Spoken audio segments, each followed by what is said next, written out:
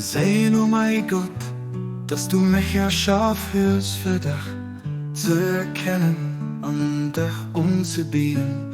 Ich bekenne an diesem, ob leckt mein Schwächt, an den Mord, mein Armut, an dein Reichtum.